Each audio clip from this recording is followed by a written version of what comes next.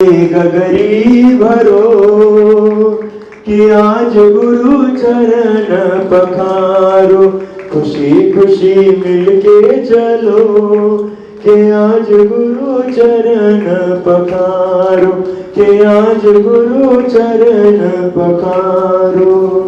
जलधारा से नीत में गुरु के चरण पखारो, गुरु का गंधोदक लेके जीवन धन्य बनाओ।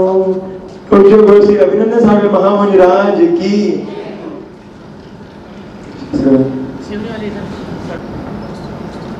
हे जिन वाणी मां मुझे दो ऐसा वरन, वाणी मां मुझे दो ऐसा वरदान, तेरा नाम ही लेते ओ तेरा नाम ही लेते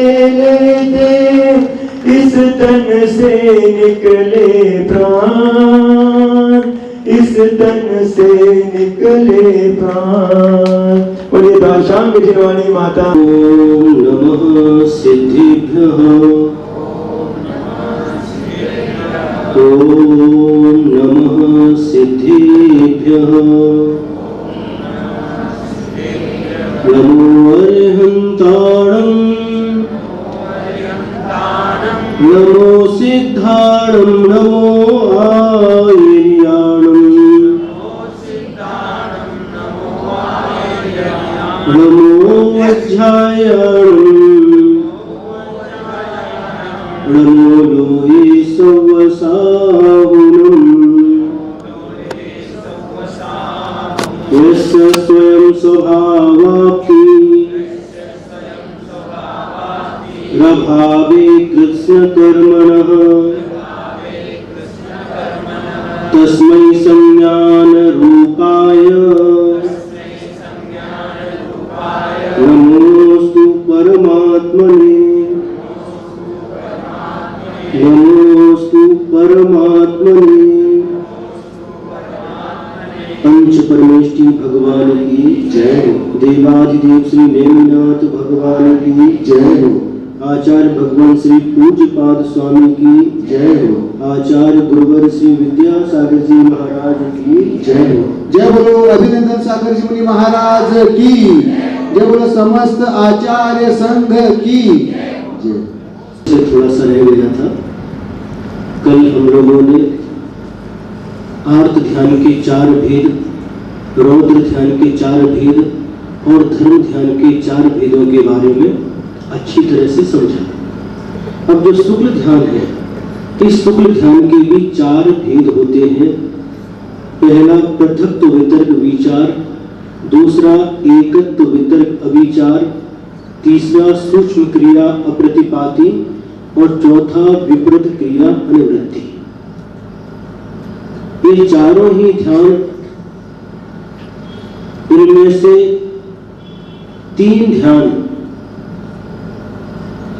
तो मूल में 4 ध्यान है, इनमें से 3 ध्यान कौन कौन से?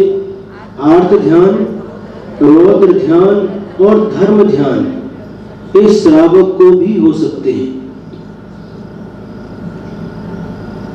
आर्त ध्यान तो होते ही, रौद्र ध्यान भी होते हैं, लेकिन धर्म ध्यान भी श्रावक को हो सकता है, क्योंकि धर्म ध्यान 4थे गुण स्थान से लेकर के 5वें 7वें गुण स्थान तक होता अपाय विचय नाम का धर्म ध्यान, वह श्रावक को भी हो सकता है।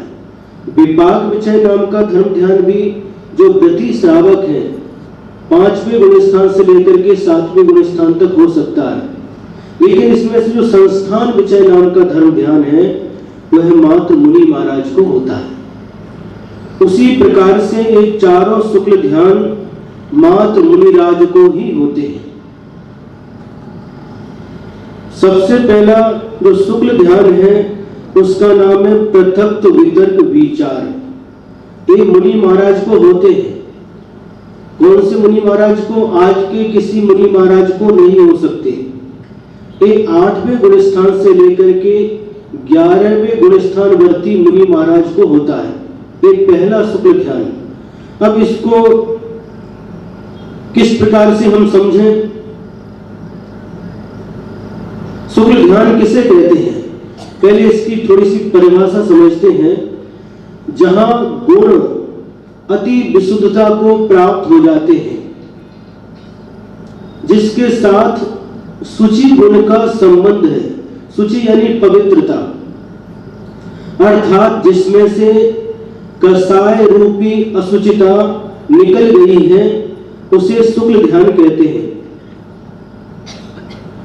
चारित्र सार नाम का एक ग्रंथ है, उसमें शुक्ल ध्यान को 2 भागों में वर्गीकृत किया गया है, शुक्ल ध्यान और परम शुक्ल ध्यान। शुक्ल ध्यानम द्विविधम शुक्लम परम शुक्लम च इति। शुक्ल ध्यान 2 प्रकार का है, शुक्ल ध्यान और परम शुक्ल ध्यान। शुक्ल ध्यान कौन है? आदि के जो पृथक्त्व वितर्क विचार और एकत्व वितर्क अभिचार, ये दोनों आदि के शुक्ल ध्यान में लिए गए हैं, और अंत के 2 सूक्ष्म क्रिया अप्रतिपाती और विपरीत क्रिया अनिवृत्ति, ये परम शुक्ल ध्यान में लिए गए हैं। तो अब पहले ध्यान को हम समझेंगे, पृथक्त्व वितर्क विचार शुक्ल ध्यान किसे कहते हैं? तो पृथक्त्व का अर्थ भेद होता है, और वितर्क का अर्थ श्रुत होता है, और विचार का अर्थ संक्रांति या संक्रमण हुआ करता है। तो जिसमें भेद रूप से श्रुत का विचार यानी परिवर्तन होता रहता है, संक्रमण होता है, उसे पृथक्त्व वितर्क विचार नाम का प्रथम शुक्ल ध्यान कहते हैं। जिसमें व्यंजन और योग की संक्रांति होती रहती है, उसका नाम विचार है। योग कितने होते हैं? 3, मनोयोग, वचन योग और काय योग। जिस ध्यान में इन योगों के अंदर संक्रमण होता रहता है, एक योग पर स्थिर नहीं रहता, परिवर्तन होता रहता है, ऐसे ध्यान का नाम है पृथक्त्व वितर्क शुक्ल ध्यान। समझ में आया? एक बार और समझें। पृथक्त्व यानी भेद रूप से, वितर्क यानी श्रुत का, विचार यानी संक्रांति, व्यंजन से व्यंजनांतर, योग से योगांतर जो परिवर्तन होता है जिस ध्यान में, उसका नाम पृथक्त्व वितर्क विचार नाम का प्रथम शुक्ल ध्यान है। ये 8वें गुण स्थान से लेकर के 11वें गुण स्थान तक के मुनि महाराज को होता है। अब दूसरा जो शुक्ल ध्यान है, ये 12वें गुण स्थानवर्ती मुनिराज को होता है। इस ध्यान के माध्यम से केवल ज्ञान की प्राप्ति होती है। लोकालोक को प्रकाशित करने वाला केवल ज्ञान जिस ध्यान के माध्यम से प्राप्त होता है, उस ध्यान का नाम है एकत्व वितर्क अभिचार नाम का दूसरा शुक्ल ध्यान। एकत्व का अर्थ क्या है? ये कौन करता है? 12वें गुण स्थानवर्ती मुनि महाराज एकत्व यानी एक ही योग का आश्रय लेकर के। पहले क्या था? परिवर्तन होता था, लेकिन ये 12वें गुण स्थानवर्ती मुनिराज एक ही योग का आश्रय लेकर के एक ही द्रव्य का ध्यान करते, उसमें परिवर्तन नहीं होता। अर्थ व्यंजन और योग की संक्रांति नहीं होती, इसलिए इस ध्यान का नाम है एकत्व वितर्क अभिचार। एकत्व एक ही रहता है, एक ही योग के द्वारा एक ही द्रव्य का ध्यान करते हैं। वितर्क यानी श्रुत और अभिचार, पहले विचार कहा था यानी परिवर्तन होता रहता, संक्रमण होता रहता है। योग व्यंजन इत्यादि में संक्रमण होता रहता है, और ये संक्रमण से रहित होता है। एक ही योग के द्वारा एक ही पदार्थ का, एक ही द्रव्य का ध्यान करते हैं। इसको एकत्व वितर्क अभिचार नाम का शुक्ल ध्यान, दूसरा शुक्ल ध्यान है। इस ध्यान के माध्यम से केवल ज्ञान की प्राप्ति होती है। और जब केवल ज्ञान प्राप्त हो जाता है तो 13वें गुण स्थान वर्ती जो अरहंत भगवान बन जाते हैं, उनको जो तीसरा शुक्ल ध्यान होता है उस ध्यान का नाम है सूक्ष्म क्रिया अप्रतिपाती। क्या नाम है? सूक्ष्म क्रिया अप्रतिपाती। क्रिया यानी योग, और अप्रतिपाती यानी जो पतन से रहित है, जिस योग का पतन नहीं होता, जो पतन से रहित है, यानी जिसमें क्रिया जो सूक्ष्म हो जाती है, यानी क्रिया यानी योग जिसमें सूक्ष्म होते हैं और जिसका पतन नहीं होता, इसलिए इसका नाम सूक्ष्म क्रिया अप्रतिपाती है। ये पतनशील नहीं होता।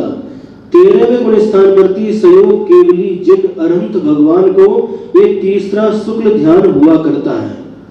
और चौथा जो शुक्ल ध्यान है विपरीत क्रिया अनिवृत्ति, ये 14वें गुण स्थानवर्ती अरहंत भगवान को होता है, जिस ध्यान के माध्यम से अरहंत भगवान शेष अघातिया कर्मों का नाश करके सिद्ध भगवान बन जाते हैं। कौन सा है? चौथा है। क्या नाम है इसका? विपरीत क्रिया अनिवृत्ति। ये किसे कहते हैं? जो वितर्क से रहित है, यहां पर श्रुत का आलंबन भी नहीं, विचार यानी क्रिया से रहित है और योगों से भी रहित है, इसलिए इनका नाम है अयोगी। योग से रहित है, यानी पहले जो एक शब्द थे, लेकिन यहां पर वितर्क नहीं, श्रुत का आलंबन नहीं, विचार यानी क्रिया से जो रहित है और योग से रहित है, ऐसे 14वें गुण स्थान वर्ती मुनि महाराज औदारिक, तेजस और कार्मण, इन शरीरों के 3 शरीरों के बंधन का नाश करने के लिए इस ध्यान को करते हैं। और इसका सबसे अल्प समय होता है 14वें गुण स्थान का। 5 ह्रस्व अक्षर बोलने में जितना समय लगता है, कौन बोले? जो फास्ट बोलने वाले, श्रुत केवली जो फास्ट उच्चारण करते हैं,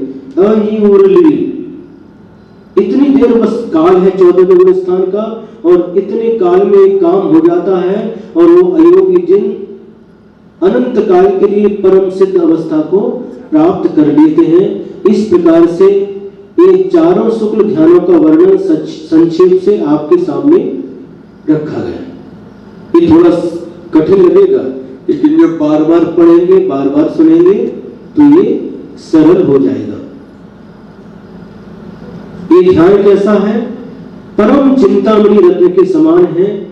शुक्ल ध्यान और धर्म ध्यान चिंतामणि रत्न के समान है। हमारी आत्मा का हित करने वाले हैं, हमारी आत्मा का कल्याण करने वाले हैं। इससे हमारी आत्मा कष्टों से मुक्त होकर के अनंत सुख के पात्र बन जाती है।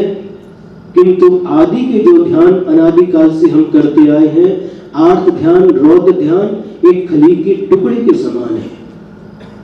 ये कहा गया था कल, अब आज क्या कहते हैं अपन देखते हैं। अब इसके बाद में जब इस प्रकार से गुरु महाराज बार बार उस शिष्य को संबोधन देते हैं, समझाते हैं, तो उसके माध्यम से उस शिष्य के अंदर श्रद्धा उत्पन्न हो जाती है। आत्मा है, शरीर है, आत्मा का हित करने से शरीर का अहित होता है, शरीर का हित करने से आत्मा का अहित होता है। अब उसको श्रद्धान हो गया। अभी तक वह शरीर को ही आत्मा समझता था, लेकिन अब गुरु के उपदेश से बार बार सुन सुन करके उसको विश्वास हो गया, ये शरीर है, वह मैं नहीं हूं। ये शरीर नाशवान है, लेकिन इसके अंदर रहने वाला जो आत्मा है, अविनाशी है, वही मैं हूं। इस प्रकार जब उसको विश्वास हो गया तो वह शिष्य पूछता है गुरुदेव से, गुरुदेव आत्मा का स्वरूप क्या है और किस प्रकार से आत्मा का ध्यान किया जाता है? इसके उत्तर में आचार्य पूज्यपाद स्वामी आगे का श्लोक लिखते हैं। स्वसंवेदन सुव्यक्त तनु मात्रो निरत्ययः अत्यंत सौख्यवानात्मा लोकालोक विलोकनः स्वसंवेदन सुव्यक्तस् तनु मात्रो निरत्ययः अत्यंत सौख्यवानात्मा लोकालोक विलोकनः स्वसंवेदन सुव्यक्तस् तनु मात्रो निरत्ययः अत्यंत सौख्यवानात्मा लोकालोक विलोकनः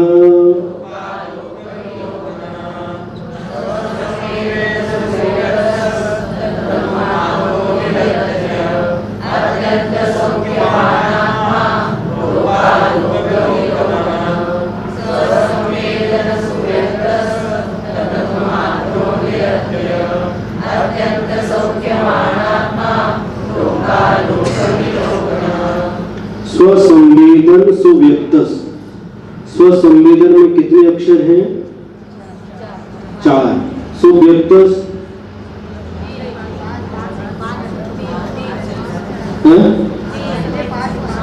स्वसंवेदन में कितने अक्षर हैं? 4 क्यों बताएंगे? स्वसंवेदन में 5 अक्षर और सुव्यक्त 3 अक्षर। 5 और 3 8। तनु मात्रो निरत्ययः। तनु मात्रो 4 अक्षर, निरत्ययः 4 और 4 8। अत्यंत सौख्यवान आत्मा। अत्यंत में कितने अक्षर? सौख्यवान आत्मा 5। 3 और 5 8 अक्षर। लोकालोक विलोकनः कितने अक्षर? 8 हो गए? हाँ, 8 अक्षर के ये 4 चरण पूरे हो गए। अब अर्थ देखते हैं। आत्मा, यह है आत्मा। अभी तक जो बात हुई शरीर से संबंधी भी थी, लेकिन अब यहां से आत्मा का स्वरूप बता रहे हैं। आत्मा यानी यह है आत्मा स्व संवेदन यानी अपने अनुभव के द्वारा सुव्यक्त स्पष्ट रूप से व्यक्त होता है, जाना जाता है।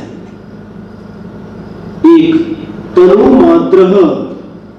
तनु यानी शरीर, इस अपने शरीर के बराबर होता है। 2 निरत्ययः अविनाशी है, नाश से रहित है। 3 अत्यंत सौख्यवान, अनंत सुख वाला है। 4 लोकालोक, लोक और अलोक को विलोकनः, विलोकनः यानी जानने वाला है, देखने वाला है।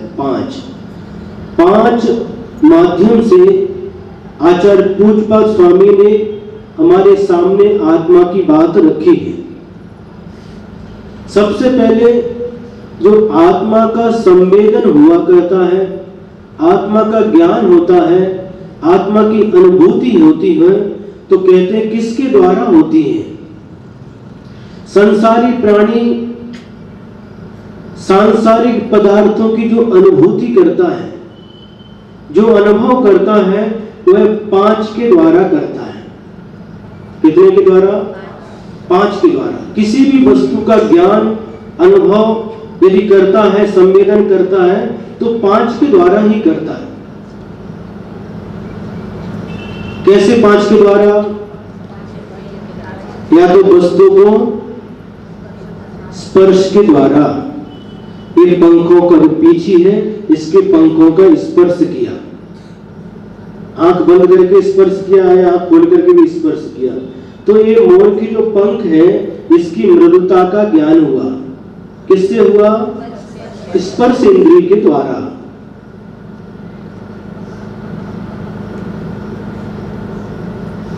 अब इसका यदि इसका रस कैसा है? कोई वस्तु है, इसको तो कोई रस नहीं देगा, लेकिन इसमें भी स्वाद है, कोई ना कोई तो स्वाद रहेगा। तो स्वाद कैसा है? इसको छोड़ते आम को लेते हैं, क्योंकि आप लोगों के सबके लिए परिचित है। आप बाजार में गए, कहाँ गए? बाजार में गए, और अभी तो आम का सीजन नहीं है, लेकिन आप जब आम का सीजन था उस समय गए और आप आम खरीदते हैं। आम खरीदते समय आप आम की पहचान कैसे करते हैं? उस आम को उठा करके देखते हैं, स्पर्श करके देखते हैं कैसा कठोर है या मृदु है। कठोर है तो अभी कच्चा है, और थोड़ा मुलायम हुआ है तो ये पक गया, खाने योग्य है। उठा करके देखते हैं तो इस हाथ से स्पर्श करके, स्पर्श इंद्री के द्वारा आपने उस आम का ज्ञान प्राप्त किया, ठीक है। अब उसके बाद में आप क्या करते हैं? उस आम को लेकर के क्या करते हैं? सूंघ करके देखते इसमें से गंध कैसी आ रही है। तो सूंघ करके आपने उस आम के अंदर जो गंध है उसके द्वारा आपने जान लिया ये आम पका हुआ है, इसकी गंध अच्छी है, ठीक है ना। और नेत्र इंद्री के द्वारा आपने देख लिया इसका वर्ण पका हुआ पीला दिख रहा है। नेत्र इंद्री के द्वारा उस आम के वर्ण का ज्ञान हो गया, और आम शब्द सुन करके, आम शब्द सुन करके उस आम का ज्ञान हो गया। स्पर्श के माध्यम से भी ज्ञान हुआ, घ्राण इंद्री के माध्यम से भी ज्ञान हुआ, चक्षु इंद्री के माध्यम से भी ज्ञान हुआ। लेकिन स्पर्श इंद्री से उसके स्पर्श का ज्ञान हुआ, चक्षु इंद्री से उसके वर्ण का ज्ञान हुआ, ये पीला है। और क्या बचा? नासिका के द्वारा उस आम की गंध का ज्ञान हुआ, और कर्ण इंद्री के द्वारा उस शब्द के माध्यम से आम का ज्ञान हुआ। कौन सी इंद्री बची? रसना इंद्री बची, और वहां पर नहीं हो सकता। फिर आपने पैसा दे दिया और आम को ले लिया, 4 के माध्यम से यह ज्ञान हो गया। और घर में जाकर के क्या किया आपने?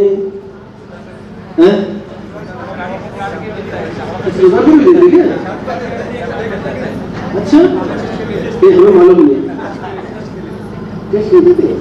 ऐसा है, देखो ऐसा करके शैम्पू देता है, नहीं देते। अच्छा, हमको मालूम नहीं। टेस्ट के लिए दिया तो हमने टेस्ट ले लिया, या तो अपने घर में आकर के वो क्या बनाते? आम का आमखंड, जैसे श्रीखंड होता है, आमखंड क्या बनाते हैं? हाँ, कुछ भी बनाया मान के चलो। अब वहां पर आपने जो थोड़ा सा लेकर के जब उसको अपने जीभ के ऊपर रखा तो उस आम का स्वाद भी आ गया। कैसा टेस्ट है? गोड़ है। अब इन 5 इंद्रियों के माध्यम से आपने उस आम का ज्ञान प्राप्त कर लिया। इसी प्रकार से संसार के जितने भी पदार्थ हैं, संसारी प्राणी उन पदार्थों को, पुद्गल पदार्थों को इन्हीं 5 के द्वारा ज्ञान प्राप्त करता है। एक इंद्री के पास स्पर्श इंद्री को मात्र उससे ज्ञान प्राप्त करती है, छू करके ज्ञान कर सकती है, बाकी इंद्री नहीं है। 2 इंद्री के पास रसना इंद्री आ गई, वो चख करके भी ज्ञान प्राप्त कर सकती है। 3 इंद्री जीव के पास घ्राण इंद्री आ गई, सूंघ करके भी ज्ञान प्राप्त कर लेती है।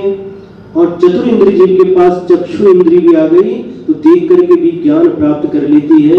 और पंचेंद्री के पास कर्ण इंद्री भी आ गई, इसलिए सुन करके भी ज्ञान प्राप्त कर लेते हैं। ऐसे 5 इंद्रियों के द्वारा ही संसारी प्राणी पर पदार्थ का अनुभव ज्ञान करता है।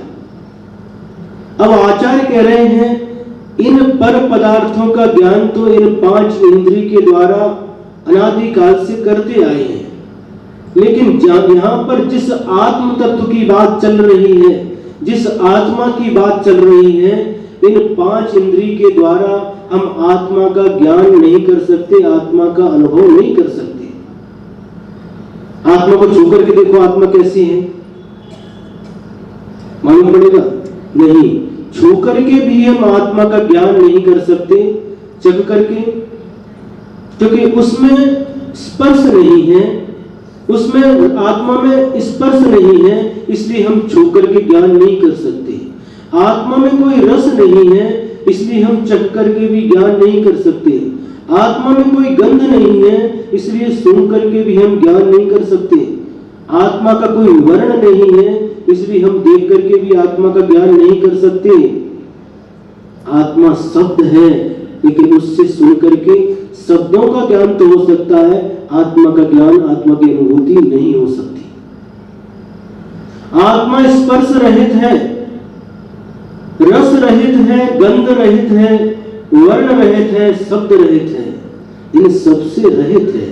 इसलिए इन इंद्रियों के द्वारा जैसे हम पर वस्तु का ज्ञान कर लेते हैं, वैसे आत्मा का ज्ञान नहीं कर सकते।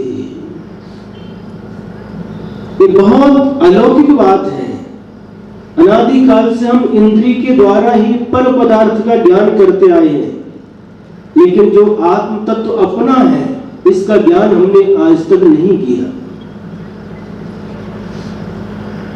स्पर्श रस गंध वर्णवंतः पुद्गलाः, तत्वार्थ सूत्र में एक सूत्र आता है जो स्पर्श, जिसमें स्पर्श पाया जाता है, रस पाया जाता है, गंध पाई जाती है, वर्ण पाया जाता है, वह पुद्गल का स्वरूप है, पुद्गल का लक्षण है।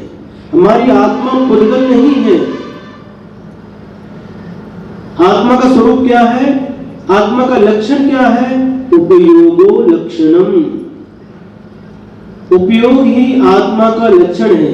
ज्ञानोपयोग के द्वारा यह आत्मा जानता है और दर्शनोपयोग के द्वारा यह आत्मा देखता है। ये आत्मा का स्वभाव है, आत्मा का लक्षण है। आत्मा का जो लक्षण है वो अन्य पुद्गल आदि द्रव्यों में नहीं मिलेगा, और जो पुद्गल का लक्षण है वो आत्मा आदि अन्य द्रव्यों में नहीं पाया जाएगा। लक्षण किसे कहते हैं? बहुत सारी मिली हुई वस्तुओं में से उस लक्षण के द्वारा एक वस्तु को अलग किया जाता है, उसका नाम लक्षण कहलाता है।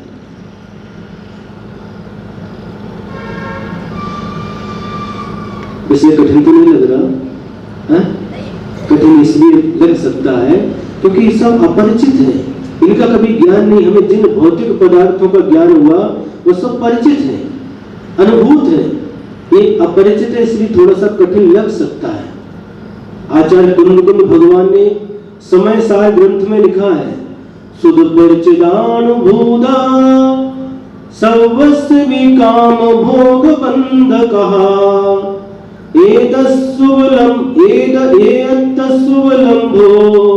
नवरीन सुलहो बिहत्तस। शुरुआत में ही लिखा, उन्होंने कहा मैं आत्मा के स्वरूप का वर्णन इस समय सार ग्रंथ में करूंगा, लेकिन आपके लिए कठिन लग सकता है। क्यों कठिन लग सकता है? संसारी प्राणी शुद्ध उसके द्वारा सुना हुआ है, परिचित परिचय में भी आया है, अनुभूता अनुभूत भी है। क्या? सबस भी काम भोग बंद कहा, सारे के सारे पदार्थों का उसने स्वाद लिया है, परिचित है। काम भोग और बंद की कथा, काम भोग की कथा पहले सुनने में आई है, परिचय में भी आई है और अनुभूत है, इसलिए वो कठिन नहीं है। इनके लिए, संसारी प्राणियों के लिए कोई शिक्षा नहीं दी जाती, कोई ऐसा कॉलेज नहीं है, कोई ऐसी यूनिवर्सिटी आज तक नहीं खोली गई। ये पंचेंद्रिय के विषयों की उसमें शिक्षा दी जाती है।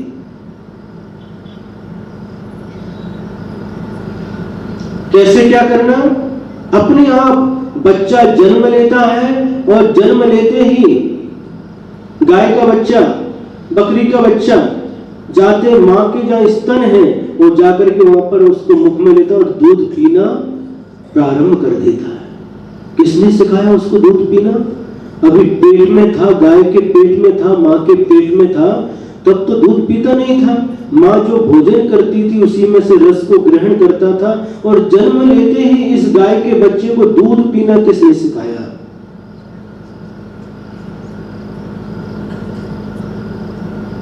बात समझ में आ रही है? किसने सिखाया?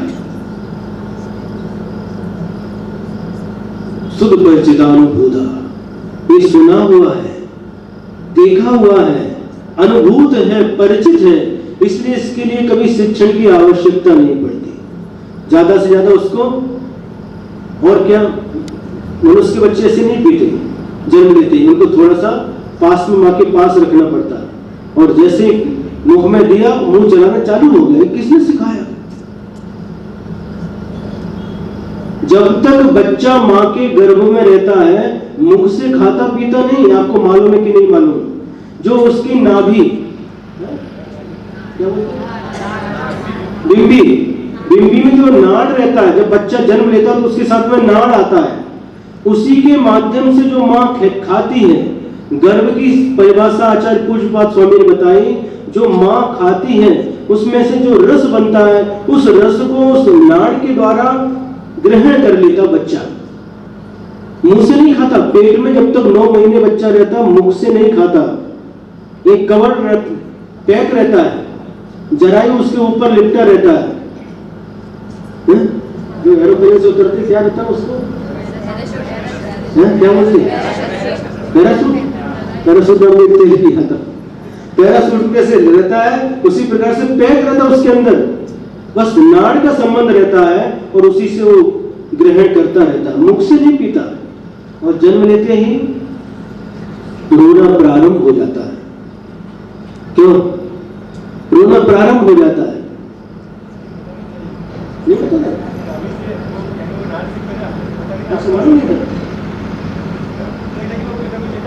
मुख से नहीं लेता। जन्म लेने के पहले अमोल भैया बोल रहे हैं पुसद वाले, हमको मालूम नहीं था, हम तो सोच रहे थे मुख से लेता होगा। वो नाड़ से ग्रहण करता है और जन्म लेने के बाद में फिर मुख से खाना यानी खाता नहीं, पीना प्रारंभ करता है। अब किसने उसको मुंह चलाना सिखाया? दूध मुख में गया और चूसना प्रारंभ कर देता है। किसने सिखाया? और छोटे छोटे बच्चे होते हैं ना, कभी रोते हैं तो थोड़ा सा उंगली मुख में डालो तो उंगली को भी चूसना प्रारंभ कर देते हैं। कई निप्पल कुछ भी मुख में डाल देते हैं।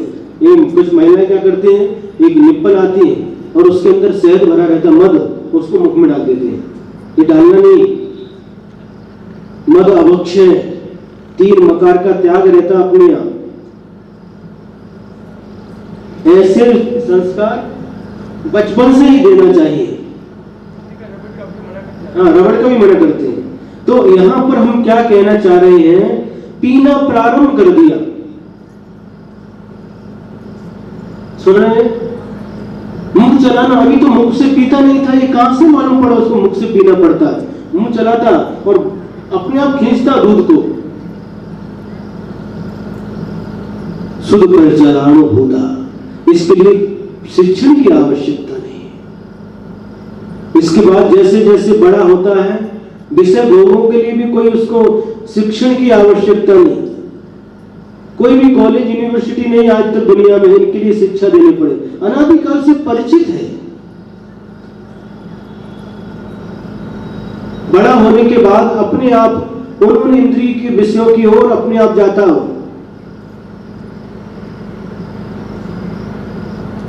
सुन रहे हैं?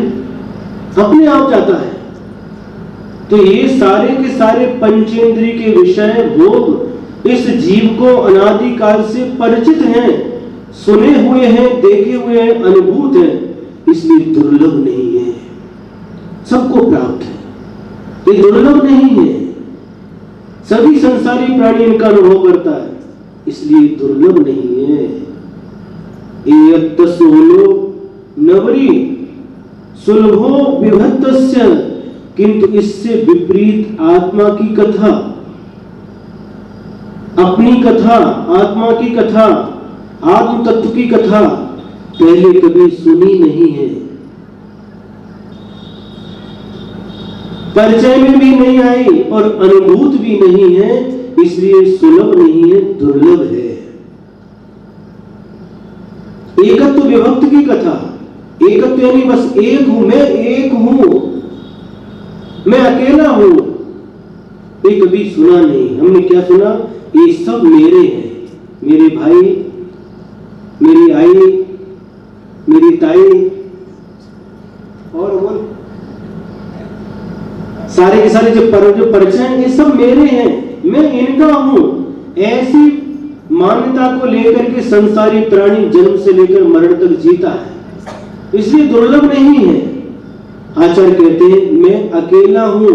इस प्रकार एकत्व का कथन, एकत्व की कथा, एकत्व की अनुभूति बहुत दुर्लभ है, बहुत कठिन है। अभी अध्यात्म प्रारंभ हो गया, आपको हो सकता धीरे धीरे, क्योंकि आपको कठिन लग सकता, क्योंकि ये कभी सुना नहीं, ये कभी परिचय में नहीं आया, अनुभूत नहीं है, आत्मा की अनुभूति नहीं की, इसलिए हमारे लिए कठिन लग सकता है। लेकिन घबराना नहीं, आपको सरल बना करके देंगे,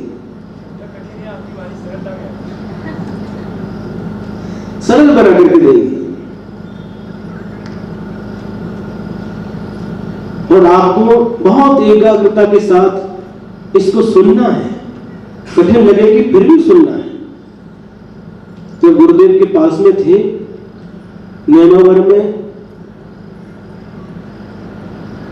या अन्य की बात भी हो सकती है, ब्रह्मचर्य अवस्था में थे, 3 क्लास लेती थी। उसमें धवला की क्लास चलती थी और पंचाष्टिकाय चलती थी और 1 क्लास और लेती थी दोपहर में। ऐसे 3 क्लास चलती थी। जब ये धवला की क्लास चलती थी तो बहुत उत्साह से बैठे। आचार्य ने कहा 10 प्रतिमा देकर के हम लोगों को बिठाया और पुस्तक लेकर के बैठते थे। अब कुछ भी दिमाग में नहीं आता था। किन लेसाय, नील लेसाय, पेम लेसाय, तेल लेसाय, भाव लेसाय, ये पढ़ते थे और सुनते थे। वो हम भी उच्चारण करते थे सबके साथ में। आचार्य बोलते थे, उसके बाद हम लोग बोलते थे, अर्थ बताते थे, कुछ भी समझ में नहीं आता। 10-15 दिन बैठे, फिर मन में आया कि समय खराब करने से क्या, इसके अपेक्षा इसमें रूम में बैठ करके हम पढ़ते हैं।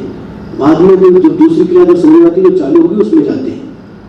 2-3 दिन देखा आचार्य ने, और 3-4 दिन के बाद जब उन्होंने एक दिन पूछ लिया, क्यों ब्रह्मचारी जी आचार्य धवला की क्लास में नहीं दिखाई देते 3-4 दिन से, क्या हुआ? आचार्य समझ में नहीं आती, इसलिए हमने कहा क्यों समय खराब करें, इसलिए हम रूम में बैठ करके ही दूसरा स्वाध्याय कर लेते हैं। फिर आचार्य ने उसे बहुत अच्छी बात कही थी। आचार्य बोले, देखो ये आचार्यों की वाणी है, गुरुओं की वाणी है, इसको भक्ति भाव से मात्र सुनते जाओ, श्रद्धा के साथ, विश्वास के साथ, आस्था के साथ, बस कानों से सुनते जाओ। समझ में आए या ना आए, इस वाणी को अपने मुख से उच्चारण करो और कान से सुनते जाओ श्रद्धा के साथ। एक ना एक दिन अवश्य समझ में आएगी।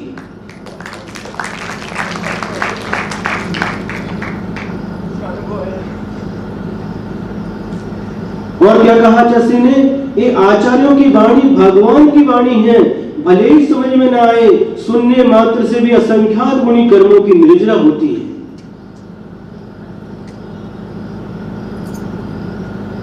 सुन रहे हैं आप? सुनने मात्र से असंख्यात गुणी कर्मों की निर्जरा होती है। और उच्चारण करो इसका। गुरुओं की वाणी है, जिन्होंने इतनी साधना करके गुफाओं में बैठ करके, जो उन्हें पूर्वाचार्यों से प्राप्त हुआ अपने अनुभव के साथ में उसको लिपिबद्ध किया, हमारे ऊपर उनका बहुत बड़ा उपकार है। ऐसी वाणी को सुनो और मुख से उच्चारण करो। अब एक दिन भी क्या एब्सेंट, अनुपस्थिति नहीं रहना चाहिए। गुरुदेव आपकी आज्ञा श्रोधार है। और उसके बाद फिर कभी भी उस क्लास में जाना बंद नहीं किया। गुरुदेव की वाणी, गुरु की वाणी कितना कल्याणी होती है। बार बार बैठे, बार बार वही शब्द बार बार सुनते थोड़ा बहुत इस डोके में आने लगा। करत अभ्यास से जड़मति होत सुजान, रसरी आवत जात है सिल पर पड़े निशान। जहां पर बड़े बड़े कुएं रहते हैं और वहां पर देखो जो पानी खींचते पत्थर चारों तरफ से लगा हुआ है और रस्सी डालते हैं निकालते हैं, डालते हैं निकालते हैं, तो बार बार रस्सी एक स्थान पर जाती है, आती है, जाती है, आती है, तो क्या होता है? करत करत अभ्यास से जड़मति होत सुजान, रसरी आवत जात है, सिर पर पड़े निशान। रस्सी एक स्थान से बार बार आती है, जाती है, बार बार आती जाती है, तो पत्थर पर भी निशान पड़ जाता है। पत्थर कितना कठोर होता है, लेकिन बार बार वही एक ही स्थान से रस्सी आने जाने से उस पत्थर पर भी निशान पड़ जाता है। उसी प्रकार करत करत अभ्यास से जड़मति होत सुजान। जड़मति माने इनकी बुद्धि में कुछ भी नहीं आता, वह सुजान ज्ञानवान बन जाता है। अपन भी ऐसे ही थे, कुछ भी नहीं आता था, अनपढ़, कुछ भी नहीं आता था, बस ये सब गुरु की कृपा है। बार बार गुरु के मुख से सुन करके, बार बार उनके आशीर्वाद से, बार बार अभ्यास करने से थोड़ा बहुत आने लगा। हम भी ऐसी जड़बुद्धि थे, कुछ भी नहीं आता था। गुरुदेव ने कहा बस श्रद्धा के साथ, विश्वास के साथ सुनते जाओ, अवश्य समझ में आएगा। और गुरु के वचन, गुरु की वाणी वरदान बनी, समझ में आने लगा, थोड़ा बहुत समझ में आने लगा, कुछ भी नहीं आता था। आज भी वो शब्द ऐसा लगता है कि जैसे सामने बैठे हैं और दोहरा रहे हैं। वो शब्द आज भी कानों में गूंजते हैं। और आज हम परिणाम देख रहे हैं, गुरु की आज्ञा सिरोधार करके निरंतर उनकी वाणी को उनके मुख से सुनते रहे, तो आज थोड़ा बहुत, ज्यादा तो नहीं आता, फिर भी अपने काम चलाओ, आ रहा है। और आप लोगों से भी यही कहना है, ये बहुत बड़ी, थोड़ा बहुत कठिन लगेगा, क्योंकि आत्मा की कथा अभी तक सुनी नहीं, पढ़ी नहीं, परिचय में नहीं आई, इसलिए कठिन लग सकता है। लेकिन कठिन लग रहा है इसलिए भय करके क्लास में आना बंद नहीं करना। हम आपको सरल करेंगे, सरल बनाएंगे। एक व्यक्ति था और वो व्यक्ति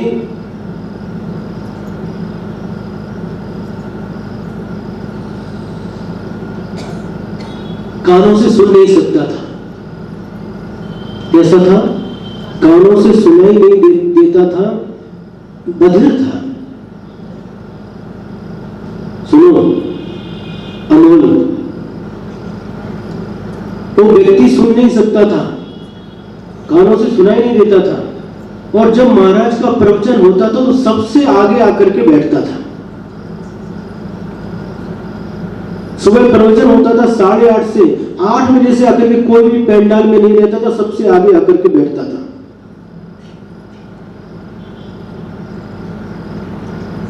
इस प्रकार देख करके किसी ने उससे पूछा, जब तुम्हें कानों से सुनाई नहीं देता, इशारे से पूछा, तो क्यों प्रवचन में आकर के बैठते हो? तुम सुन नहीं सकते, तुम्हारे कानों से सुनाई नहीं देता, फिर प्रवचन में आकर के क्यों आकर के बैठते हो सबसे आगे? उसने क्या उत्तर दिया मालूम है? वो व्यक्ति बोला,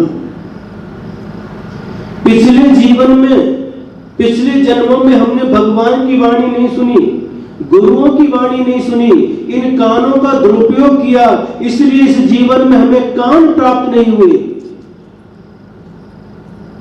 मैं भले ही गुरु की वाणी नहीं सुन सकता, भले ही उनके उपदेश को सुनने की शक्ति मेरे पास नहीं है, कम से कम 1.5 घंटा मैं सामने बैठता हूं, कम से कम गुरु के आंखों से दर्शन तो होते।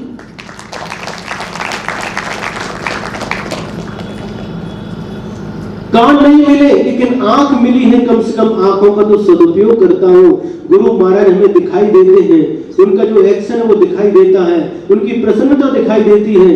अपनी आंखों का सदुपयोग कर लो ताकि आगामी भाव में अंधा नहीं बनो।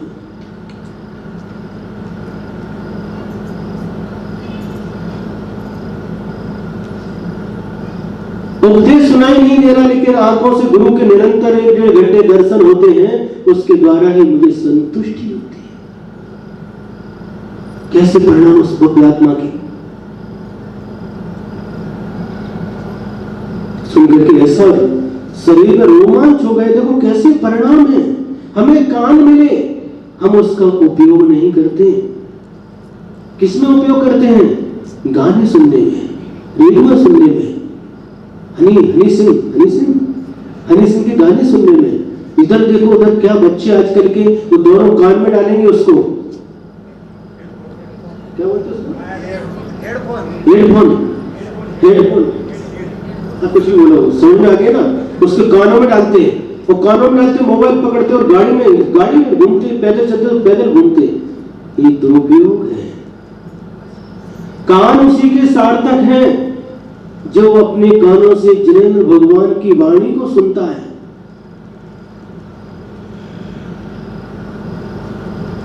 आंख उसी की सार्थक है जो अपनी आंखों से जिनेंद्र भगवान की बीतराग छवि के दर्शन करता है।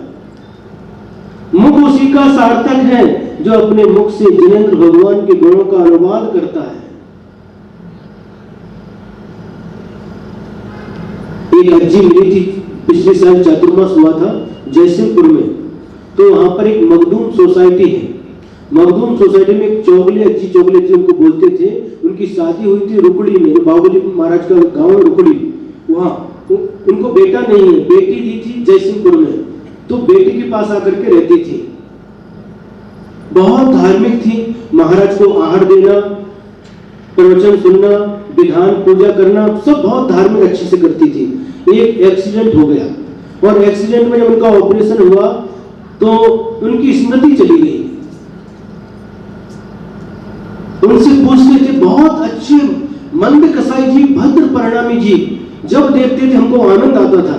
और लेकर के आए, उनका नातू थे, लड़की के लड़के थे, उनके पति वगैरह सब लेकर के आते थे। तो इन्होंने बताया महाराज ऐसे ऐसे हुआ था। सबसे पहले जब विभूति सोसाइटी में अनगली के घर में आहार हो गए तो दोनों बच्चे लेकर के आ गए थे, दर्शन के लिए आए, फिर बाद में लेकर के आते थे।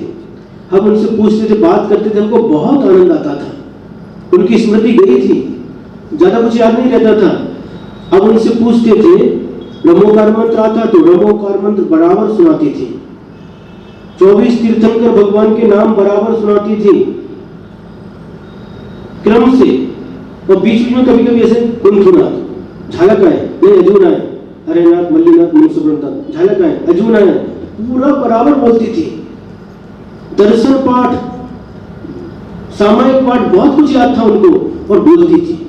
और उनसे पूछो, आओ होय तुमचं नाव काय?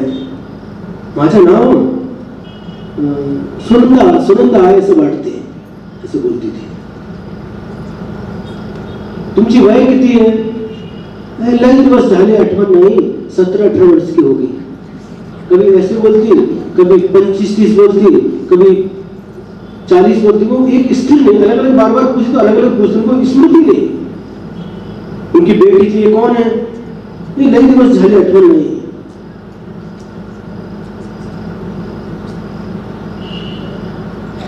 और लेकिन बच्चे थे, नातू के भी बच्चे थे, जय कर जय कर जय करा जय करा। एक बार खोखला हुआ था उनको, तो महाराज खोखला झाला, हाँ, तो अपनी बेटी को बोलती, महाराज को काढ़ा करके दे दो। क्या डालना काढ़े में उसको बता दिया उन्होंने। इसकी उम्र कितनी है? बेटी की पूछी एक बार, बोली हाँ 8-10 साल की होगी, ऐसे बोलती है। 60-70 की, 60 की होगी, उनको 5-10 साल की होगी, कुछ भी याद नहीं है उनको। और उनका नातू आया एक बार, राहुल नाम था, एक चक्रवर्ती, एक का राहुल। ये कौन है? वो माझे जवाई है। कभी कुछ बोलती, कभी कुछ, उनको स्मृति नहीं है। लेकिन 24 तीर्थंकर भगवान के नाम, नमोकार मंत्र, सब कुछ याद है। कैसा पुण्यात्मा जी महाराज, हमारा सेवट चांगला हो, चांगला व्हावा असा आशीर्वाद दिया। और एक दिन बताते हैं, उनकी बेटी भगवान के सामने बैठ करके रो रही थी, हाथ जोड़ी थी, भगवान आपके दर्शन के लिए हमारे डोळे, माझे डोळे चांगले राहू दे, हैं हमारी आंखें अच्छी रहे आपके दर्शन के लिए सेवट पर्यंत, आपकी वाणी सुनने के लिए हमारे कान काम करते रहे, आपके दर्शन के लिए हमारा डोका हमेशा काम करता रहे और ये हाथ आपके चरणों में हमेशा जुड़ते रहे। ऐसे बोल रही थी, आंखों से पानी बह रहा था, मैं और कुछ नहीं चाहिए हमको। कैसी भव्य आत्मा जीव है, सब कुछ भूल गई। बेटी है कि क्या रिश्ते नाते भूल गई, अपना नाम अपनी वह भी भूल गई, लेकिन भगवान के नाम याद है। धन्य है, धन्य है। हमें क्या होता है, हम भगवान को छोड़कर के सब कुछ याद रहता है हमको। आखिरी में भगवान याद नहीं आते, नमोकार मंत्र याद नहीं, बाकी सब कुछ याद आता है। अभी एक दिन के लिए गए थे, तब भी हम उधर जाकर के आए। एक बार उनको अज्जी को मिलकर हमको बहुत आनंद आता है। कितनी भव्य आत्मा है। ले दिवस जाने, ये कौन है, वो ले दिवस जाने 8वां मिशन ले, कभी कभी कुछ बोलती, कभी कुछ बोलती। इसलिए आचार्य कह रहे हैं, जिन पंचेंद्रिय के द्वारा हमें पर पदार्थ का ज्ञान होता है, उन पंचेंद्रिय के द्वारा हमें आत्म तत्व का ज्ञान नहीं हो सकता। आत्मा का ज्ञान किससे होता है? आत्मा का ज्ञान, आत्मा की कथा बहुत दुर्लभ है, दुर्लभ है, दुर्लभ है, क्योंकि कभी सुनी नहीं, परिचय में नहीं आई और अनुभूत भी नहीं है। 84 लाख योनि में भटकते भटकते कभी भी हमने सब कुछ अनुभव किया, लेकिन इस आत्मा का अनुभव नहीं किया, आत्मा की कथा नहीं सुनी, आत्मा के बारे में कभी चिंतन नहीं किया, विचार नहीं किया। इसलिए आत्मा की कथा सुलभ नहीं है, दुर्लभ है। पहला विशेषण किया दिया, स्वसंवेदन सुव्यक्तस, अपने संवेदन के द्वारा इस आत्मा की अनुभूति होती है। मैं हूं।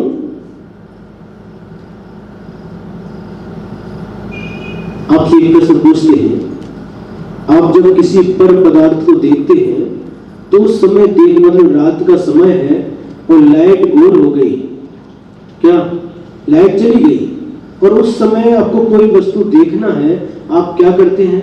या तो लाइट चली गई, लाइट में तो टॉर्च लेकर के देखते हैं, या दीपक जला करके देखते हैं, या मोबाइल में जो टॉर्च उजाला उससे देखते हैं, देखते कि नहीं? और आप अंधेरे में बैठे हुए हैं, मैं हूं कि नहीं, इसको देखने के लिए टॉर्च की आवश्यकता पड़ती है। सामने में बैठे हैं और अंधेरा है, कुछ दिखाई नहीं पड़ रहा, मैं हूं कि नहीं, इसको देखने के लिए टॉर्च की, दीपक की या किसी प्रकाश की आवश्यकता पड़ती क्या? नहीं। इसी का नाम स्वसंवेदन। इसका मैं स्वयं संवेदन करता हूं, मैं हूं।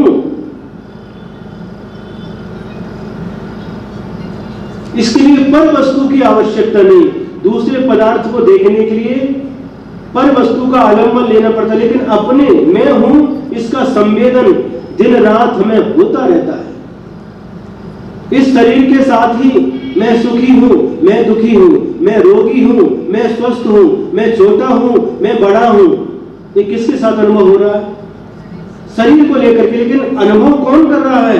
इस छोटे बड़े का संवेदन कौन कर रहा है? आत्मा, वही मैं हूं जो संवेदन कर रहा है। शरीर को संवेदन नहीं होता। संवेदन किसको होता है? आत्मा को होता है।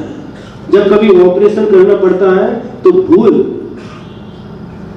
क्या भूल, दांत निकाला तो क्या हुआ, वहां पर भूल का इंजेक्शन दे दिया, भूल वहां पर मतलब शून्य हो गया, वो स्थान वहां पर अनुभव नहीं होगा, वो शून्य हो गया, उसको शून्य कर दिया गया और दांत निकाल दिया, दर्द नहीं। और जैसे उसका भूल का जो असर समाप्त हो गया, दर्द प्रारंभ हो गया।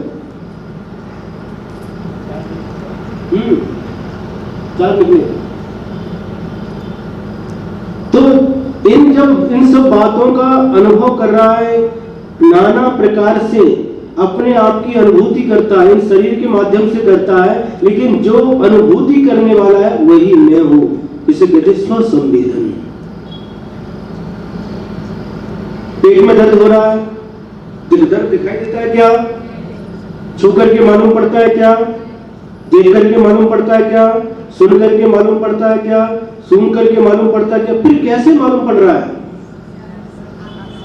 अनुभूति हो रही है, दर्द हो रहा है। तो ये कहता है स्वसंवेदन। ये संवेदन कौन कर रहा है? दर्द का संवेदन कौन कर रहा है? आत्मा। उस दर्द का संवेदन करने वाला आत्मा है। जो संवेदन करने वाला वही मैं हूं। मैं पेट भी नहीं हूं, दर्द भी नहीं हूं, किंतु इस दर्द का संवेदन करने वाला जो है वही आत्मा मैं हूं।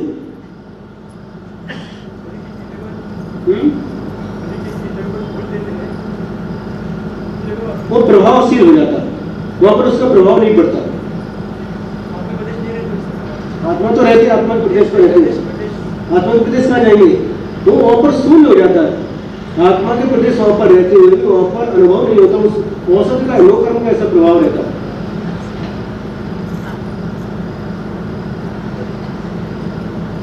जैसे आप सोते हैं, जब रात में शयन करते हैं और शयन करें और उस समय आपके पैर के ऊपर आकर के मच्छर बैठा, आपको अनुभव होता है? जब गहरी नींद में रहते काट के गए फिर भी अनुभव नहीं होता। कोई आया, दरवाजा आया और आप गहरी नींद में हैं और मोबाइल भी चालू बात करें, आपको अनुभव होता कि नहीं? नहीं होता, क्योंकि आप नींद में, तो उस समय उसका प्रभाव ही नहीं। आपकी सब इंद्रियां कार्य करने का अपना कार्य करना छोड़ दी उस समय। कैसा लग रहा है? धीरे से बोल रहे हैं। अच्छा लग रहा है ना? कठिन तो नहीं हो रहा ना? तो संवेदन करने वाला जो है वही मैं हूं। इन पंचेंद्रिय के विषयों का जो संवेदन कर रहा है वही आत्मा कर रहा है। स्पर्श हो, रस हो, गंध हो, वर्ण हो, इन सबका संवेदन करने वाला कौन? आत्मा है। वही आत्मा मैं हूं। इन सबका संवेदन, इन सबकी अनुभूति तो अनादि काल से की है, लेकिन आचार्य कहते हैं अब स्व की अनुभूति करना है, स्व का संवेदन करना है। और स्व का संवेदन कब होता है? जब तक हम पढ़ रहे हैं, स्वाध्याय कर रहे हैं, स्व का संवेदन नहीं होगा। हम पढ़ा रहे हैं, आचार्य परमेष्ठी, उपाध्याय परमेष्ठी, उस आत्मा की बात को पढ़ा रहे हैं। आत्मा ऐसा है, आत्मा ऐसा है, आत्मा का ये स्वरूप है। जब तक आत्मा का वर्णन कर चल रहा है, आचार्य परमेष्ठी, उपाध्याय परमेष्ठी वर्णन कर रहे हैं, तब तक उनको भी आत्मा की अनुभूति नहीं हो सकती। सुनते समय भी आत्मा की अनुभूति नहीं, पढ़ते समय भी आत्मा की अनुभूति नहीं, पढ़ाते समय भी आत्मा की अनुभूति नहीं, प्रवचन करते भी आत्मा की अनुभूति नहीं। इस समय आत्मा का श्रद्धान होता है। जैसे कोई व्यक्ति है और वो व्यक्ति क्या करता है? एक मिस्त्री जिसको खड़ी साकर बोलते हैं, खड़ी साकर के बारे में घंटों उसने उपदेश दिया। तो कैसे बनती है, उसे बनाने की विधि क्या है, उसका स्वाद कैसा रहता है, उसका कलर कैसा रहता है, इत्यादि उसने घंटों उपदेश दे दिया। उसको मिश्री का अनुभव आएगा? उसमें जो मधुरता है, उस मिश्री के अंदर, खड़ी साकर के अंदर जो मधुरता है, माधुर्य है, उसका अनुभव उसको होगा? अनुभूति होगी? नहीं होगी। और दूसरा व्यक्ति सुन करके गया और एक खड़ी साकर का टुकड़ा लिया और मुख में रख दिया, अनुभूति किसको होगी? उस मिश्री की मधुरता का, मीठेपन की अनुभूति किसको होगी? जिसने मिश्री को उठाया और मुख में रख लिया, उसको उस मिश्री की अनुभूति होगी। लेकिन लेक्चर देने वाले को कभी भी, जब तक लेक्चर दे रहा है तब तक उसको उस मिश्री की अनुभूति नहीं, उसकी मिठास की अनुभूति नहीं। और जैसे ही लेक्चर छोड़ करके जब मुख में रखेगा तो उसको भी उसकी अनुभूति होगी। उसी प्रकार से आत्मा की बात सुनते समय, पढ़ते समय, पढ़ाते समय आत्मा की अनुभूति नहीं हो सकती। ये थ्योरिकल चल रहा है और थ्योरिकल होने के बाद में जब बैठ करके ध्यान में बैठ जाते हैं उस समय इसकी अनुभूति होती है। और उस समय लगता है कि जो हमने थ्योरी पढ़ी थी आज इसकी अनुभूति कर रहा हूं। जैसे साइंस का विद्यार्थी साइंस को पढ़ता है, उस समय उसको उसकी अनुभूति नहीं होती। जब प्रैक्टिकल कक्ष में जाकर के प्रैक्टिकल करता है तो उसको जो पढ़ा था, हाँ ये ऐसा है, उसकी अनुभूति होना प्रारंभ हो जाता है।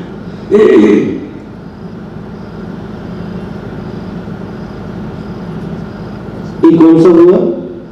स्वसंवेदन। स्वसंवेदन यानी अपने द्वारा ही इसका संवेदन होता है। आंखों से देख नहीं सकते, कानों से सुन नहीं सकते, रसना से चख नहीं सकते, नाक से सूंघ नहीं सकते। इन सभी इंद्रियों के द्वारा उसका अनुभव नहीं हो सकता।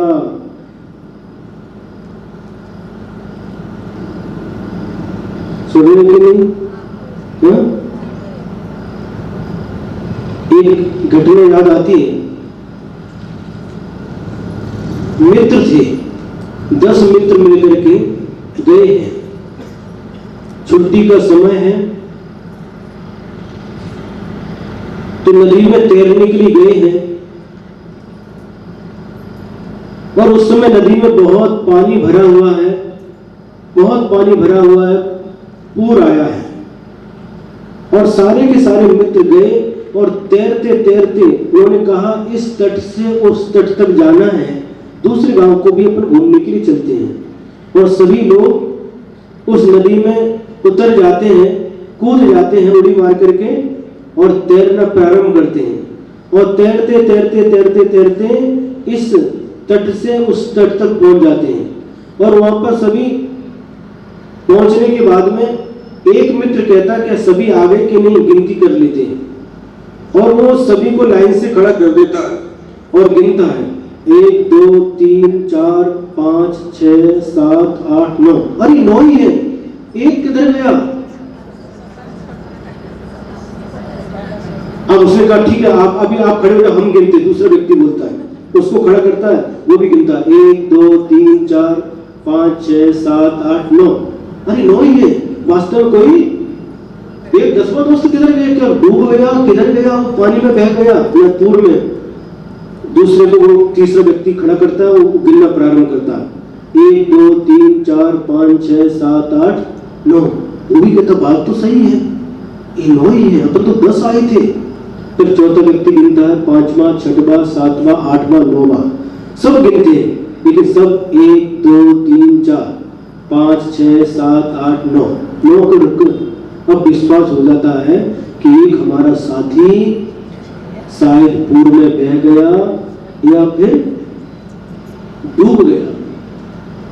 क्योंकि जब हम घर से आए थे तब 10 थे और अभी 9 बचे हैं। 10 में से 9 गए तो कितने बचे? एक चला गया। उसी समय एक कोई बुद्धिमान व्यक्ति दूर से खड़ा होकर के ये दृश्य देख रहा था। वो पास में आता है और पास में आकर के उन मित्रों से पूछता है, क्यों भाई क्या हो गया? आप लोग बार बार क्या गिनती कर रहे हो? और ये क्या बताएं? वो रोने लगते हैं। क्यों रो रहे हो? क्या हो गया? हम जब गांव से आए थे, तैरने के लिए आए थे, आज घूमने के लिए आए थे, तो हमने सोचा आज नदी को तैर करके पार करते हैं। और हम सभी तैर करके नदी पार करके इस तट पर आ गए। लेकिन बहुत दुख की बात है, हम घर से निकले थे तब 10 थे, अभी 9 बचे हैं। हमारा एक साथी या तो पूर्व में बह गया या उस नदी में डूब गया है, इसलिए मैं रो रहा हूं। वो व्यक्ति समझदार था, उसने कहा ठीक है, एक बार मैं गिन करके देखता हूं। और सभी को लाइन से खड़ा कर दिया और फिर गिनता 1 2 3 4 5 6 7 8 9 10। 10 तो है।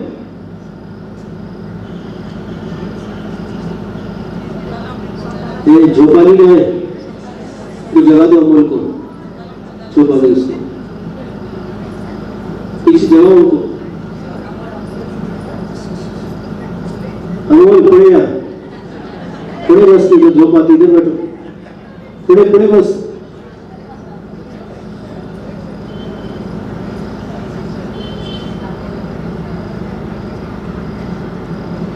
पीछे बैठने से झोपाती है, आगे बैठना।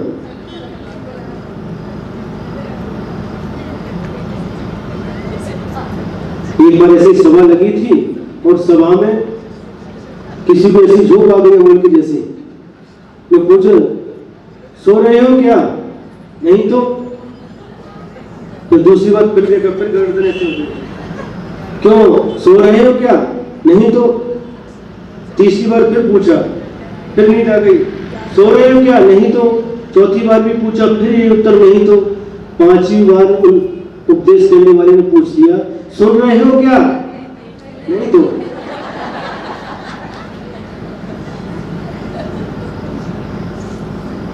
पकड़ के आगे बैठना, पीछे नहीं जाती है। वो नींद बहुत सियानी रहती है, सामने हमारे सामने फिर आती नहीं, वो पीछे बैठ करके वो आ जाती है। आगे बैठना। तो क्या सुना रहे थे?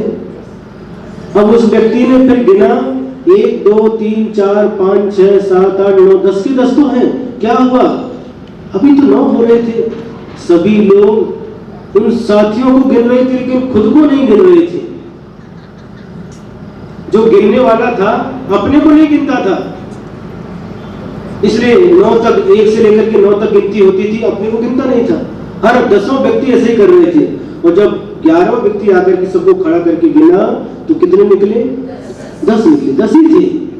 हम भी ऐसे ही करते आ रहे हैं। हम सबकी गिनती करते हैं, सबकी खबर लेते हैं, सबका परिचय लेते हैं, लेकिन खुद की गिनती नहीं, खुद की खबर नहीं, खुद से परिचय नहीं।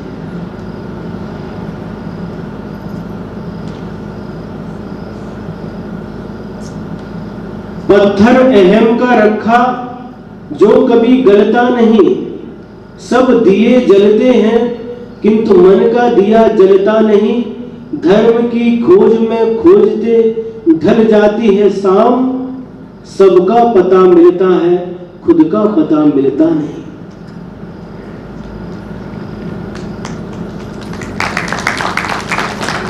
सबका पता, सबका परिचय, हमको खुद से अपरिचित है।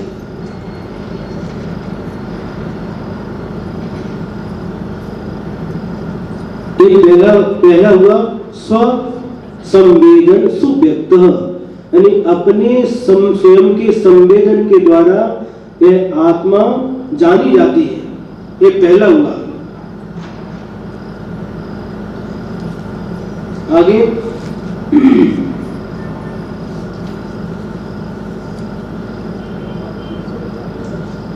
तनु मात्रो।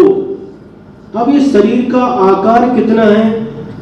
इस प्रश्न के उत्तर में आचार्य ने कहा तनु मात्रो, शरीर के प्रमाण है। जिसका जितना शरीर का प्रमाण है वो आत्मा का उसी प्रकार से, उसी शरीर के प्रमाण आत्मा रहता है। एक आत्मा के पास एक गुण रहता है और उस गुण का काम है संकोच और विस्तार। वह संकुचित भी होता है और विस्तार को भी प्राप्त होता है। एक उदाहरण देते हैं आपके लिए। एक रूम है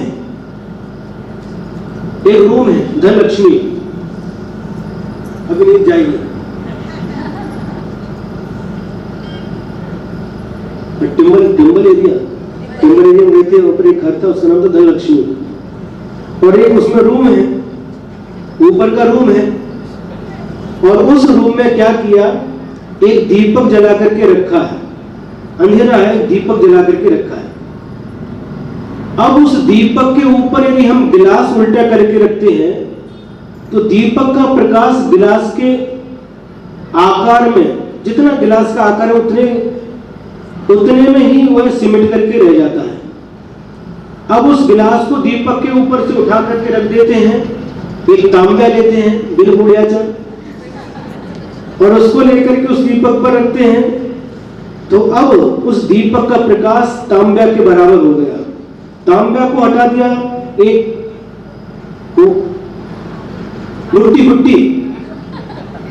गुट्टी लेकर के उसके ऊपर रखते हैं। अब प्रकाश का आकार उस गुट्टी के बराबर हो गया। गुट्टी को हटा देते हैं, अब एक बकेट रखते हैं तो उसका प्रकाश का आकार बकेट के बराबर हो गया। इसके आगे क्या होता? बकेट के आगे उसको हटा करके घड़ा रख देते हैं तो उस प्रकाश का आकार घड़ा के बराबर हो गया। और जब सब हटा देते तो उसका आकार कितना? रूम के बराबर हो जाता है, पूरे रूम में प्रकाश फैल जाता है। होता कि नहीं? उसी प्रकार से हमारी आत्मा के पास में एक संकोच विस्तार नाम का गुण है। इसके कारण से जिस प्रकार का शरीर प्राप्त करता है आत्मा उसी प्रकार से हो जाता है। आज मान लो कोई चींटी है तो उसकी आत्मा के प्रदेश चींटी के बराबर हो गए, और वही चींटी मरण करके यदि हाथी बनती है तो हाथी के रूप में जो उसका विस्तार गुण है, उसके माध्यम से हाथी के शरीर के बराबर हो जाती है। हाथी मरण करके चींटी बनता है, तो हाथी का जो आकार है वह संकुचित होकर के चींटी के शरीर के आकार के बराबर आत्म प्रदेश हो जाते हैं। संकोच और विस्तार गुण के कारण से हमारी आत्मा जो हमें वर्तमान में शरीर प्राप्त हुआ है उसके आकार में परिवर्तित हो जाती है। स्वदेह परमाणु, सदेह परमाणु, ऐसा द्रव्य संग्रह में भी आता है। सदेह परमाणु, उसमें गाथा आती है, जीव का स्वरूप बताया, वहां पर 9 लक्षण लिखी। जीवो ओगमो अमुक्ति कत्ता सदेह परमाणु होता संसारथो सिद्धो सो विश्व सूढ़ गई। उसमें कहा सदेह परमाणु अपने देह के बराबर होता है। जितना शरीर का आकार उतना ही उस आत्मा के प्रदेशों का आकार हो जाता है। वास्तव में देखा जाए तो हमारा आत्मा कितना बड़ा है? असंख्यात प्रदेशी। लोकाकाश भी असंख्यात प्रदेशी है, हमारा आत्मा भी असंख्यात प्रदेशी है। इसी संकोच विस्तार गुण के कारण से वर्तमान में जो शरीर प्राप्त हुआ उसके उसी रूप में, उसी आकार में आत्मा के प्रदेश स्थित हो जाते हैं। अब तीसरा लक्षण दिया निरत्ययः। अत्यय यानी विनाशशील और निरत्यय यानी जिसका विनाश नहीं होता। हमारी आत्मा कैसी है? विनाश से रहित है। क्या हमारी आत्मा का आज तक विनाश नहीं हुआ? कोई भी ऐसी शक्ति नहीं है जो हमारी आत्मा का विनाश कर सके। अस्त्र शस्त्र के माध्यम से शरीर का विनाश हो सकता है, शरीर के टुकड़े टुकड़े हो सकते हैं, लेकिन हमारी आत्मा कभी टुकड़े टुकड़े नहीं हो सकती, अखंड रहती है। अग्नि शरीर को जला सकता है, हमारी आत्मा कभी अग्नि के द्वारा जल नहीं सकती। पानी में हमारा शरीर डूब सकता है, गीला हो सकता है, लेकिन हमारी आत्मा इस पानी से गीली नहीं हो सकती, पानी में डूब नहीं सकती, क्योंकि हमारी आत्मा अविनाशी है, निरत्ययः। आज तक हमारा विनाश नहीं हुआ और अनंत काल तक हमारा विनाश होने वाला नहीं है। मैं हूं, मैं था और रहूंगा। क्या हो रहा है?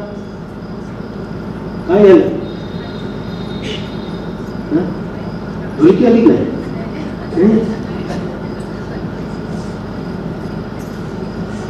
मैं था, मैं हूं, मैं रहूंगा। जो पहले भी था, आज भी हूं और अनंत काल तक रहने वाला वही मैं हूं। तो शरीर कब से है? जिसकी जितनी उम्र है उतनी उस शरीर की उम्र है, तब से है।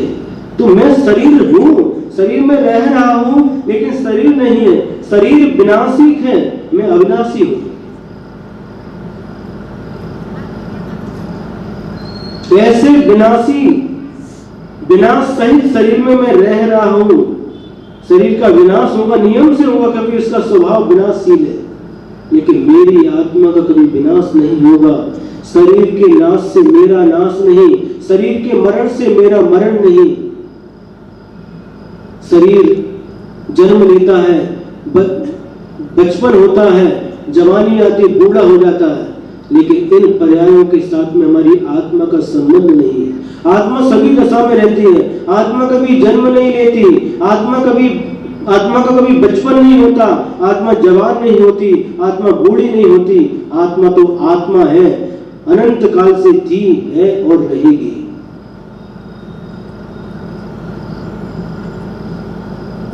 संसार के जितने भी पदार्थ हैं वह सभी नाशवान हैं। जो उत्पन्न हुआ है वह मिटेगा, उसका नाश होगा, और जो जिसका कभी उत्पन्न नहीं हुई जो वस्तु कभी उत्पन्न नहीं हुई उसका कभी नाश भी नहीं होगा। ये शरीर उत्पन्न हुआ कि नहीं हुआ, इसका नाश होगा। आत्मा उत्पन्न हुई कि नहीं है? कैसे मालूम? कैसे मालूम? आत्मा उत्पन्न नहीं हुई, इसलिए इसका कभी नाश नहीं होगा। जो वस्तु, एक बहुत अच्छा सूत्र है, जो वस्तु उत्पन्न होती है उसका नियम से नाश होता है, और जो उत्पन्न नहीं हुई उसका कभी नाश नहीं होता। मैं शाश्वत हूं, मैं अखंड हूं, मैं निरंजन हूं, मैं सुख स्वरूप हूं। लेकिन कर्मों की शक्ति बहुत बलवती हो गई, जिसके कारण से हमारे ऊपर हावी हो गई है। हम अपने स्वभाव को भूल गए करके विभाव रूप में परिणमन कर रहे हैं।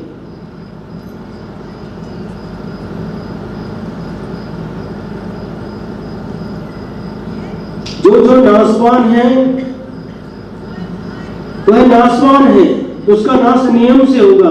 लेकिन जो वस्तु उत्पन्न नहीं हुई उसका कभी भी नाश नहीं होगा। ये सिद्धांत है, इसको लिख करके रख लो। जो उत्पन्न होता है वह नाश होने के लिए उत्पन्न होता है। जो जन्म लेता है मरने के लिए जन्म लेता है। जो बनता है वह मिटता है। जो बनता नहीं वो क्या मिटेगा? कौन मिटाएगा? कोई भी मिटा नहीं सकता।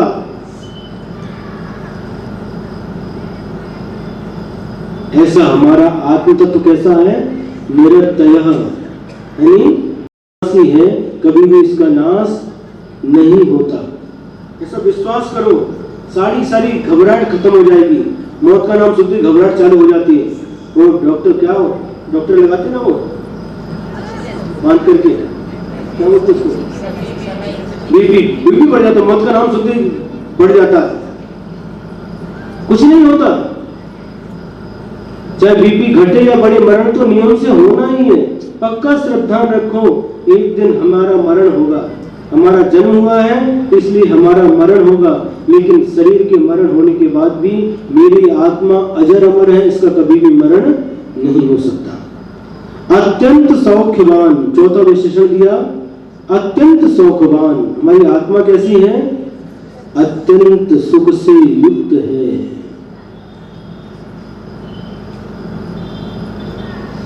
सुख है कि नहीं? आत्मा के अंदर सुख है कि नहीं? है। जैसे दूध के अंदर घी है, दूध को पीते समय घी का स्वाद नहीं आता, दूध को सूंघते समय घी की गंध नहीं आती, छूते समय घी का चिकनाहट नहीं आती, लेकिन उसमें घी है। उसी प्रकार से जब हम उसकी प्रक्रिया करते हैं, मंथन करते हैं दही बना करके, तो हमें नवनीत प्राप्त हो जाता है, दूध प्राप्त हो जाता है। उसी प्रकार से आत्मा में सुख है, अब इसका मंथन करना है।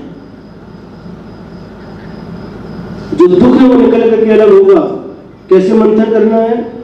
तप रूपी अग्नि में जला करके इस कर्म रूपी ईंधन को समाप्त करेंगे तो हमारी आत्मा में जो अनंत सुख भरा हुआ है वो हमको प्राप्त हो जाएगा।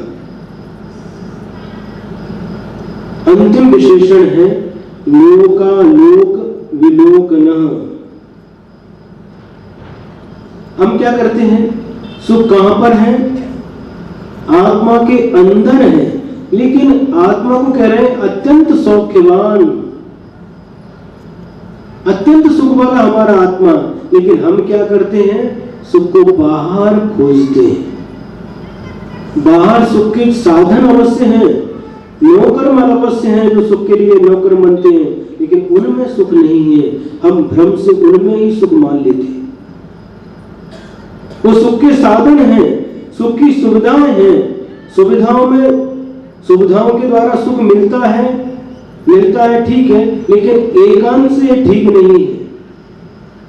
जब कभी हमारा मन खराब होता है, सारे के सारे ऐसा राम की सामग्री रखी हुई है, हमें सुख मिलता है उनसे। बोलो, व्यापारी व्यापार करते हैं और घाटा लग गया, 1 कोटि का घाटा लग गया। सारे की सारी टीवी और जो भी अपने सब कुछ रखा हुआ है, टीवी देख रहे हैं, क्या उसमें मन लग रहा है? जो सुख की सामग्री है उनमें सुख की अनुभूति हो रही है? नहीं होती।